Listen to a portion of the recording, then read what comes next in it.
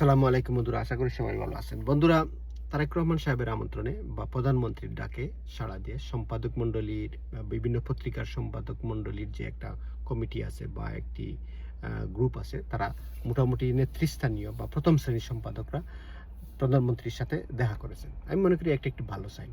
প্রধানমন্ত্রী একটি ভালো উদ্যোগ নিয়েছেন।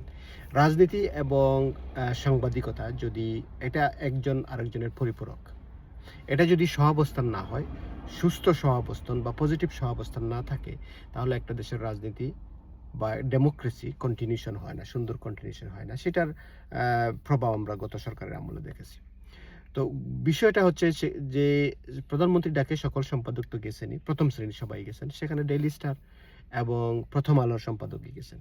আশ্চর্য বিষয় হচ্ছে ওনারা উপস্থিত হয়েছেন। আশ্চর্যজনক ব্যাপার হচ্ছে ওনারা কিন্তু গত সরকারের আমলে, শেখ হাসিনার সরকারের আমলে বা আওয়ামী লীগ সরকারের আমলে ওনারা কিন্তু দাওয়াত পাইতেন না, সাধারণত যাইতে পারতেন না প্রধানমন্ত্রী। কারণ গত প্রধানমন্ত্রী শেখ হাসিনা ওনাদেরকে পছন্দ করতেন না। কারণ কি, ওনাদের বিভিন্ন কীর্তকলাপের কারণে। যেমন ধরেন আমরা বলি ১-১-১ যখন হয়েছিল, তখনকার মেইন যে -2 ফর্মুলা, সেটার কিন্তু এরা এই প্রথম আলো এবং ডেইলি স্টার কিন্তু একটা বড় সাপোর্টার ছিলেন, ঠিক না? সেই কারণে শেখ হাসিনা তাদেরকে পছন্দ করতেন না। এরপরে দেখেন যখন আওয়ামী লীগ সরকার, এই 1/11-এর পর যখন আওয়ামী লীগ সরকার আসলো, আওয়ামী লীগ সরকারের সাথে ওনারা যাই হোক যেভাবে চললেন, ঠিক না? এবং সেই সময়ে এই বিএনপি সরকারের, গত বিএনপি সরকারের তারেক রহমানের এবং হাওয়া ভবনের তারেক রহমান সাহেবকে ওনারা নাম দিয়েছিলেন, এই ডেইলি স্টার প্রথম আলো নাম দিয়েছিলেন দুর্নীতির বরপুত্র। মনে আছে আপনাদের? তারপরে বলতেন যে খাম্বা তারেক। এইরকম এরপরে আরেকটা কথা ওনারা বলছিলেন যে তারেক রহমান গং বা তারেক রহমান সাহেব এবং লুৎফুজ্জামান বাবর সহ গিয়াসউদ্দিন আল মামুন, এরা নাকি 1 কোটি টাকা ঘুষ চাইছে বসুন্ধরার কাছে। এরকম মিথ্যে বানোয়াট গল্প সেই সময় এই প্রথম আলো ডেইলি স্টার প্রচার করে গিয়েছিল বিএনপির বিপক্ষে, তারেক রহমান সাহেবের বিপক্ষে। আজকে সেই তারেক রহমান সাহেব তাদেরকে আবার দাওয়াত করছেন, সম্মান দিয়েছেন।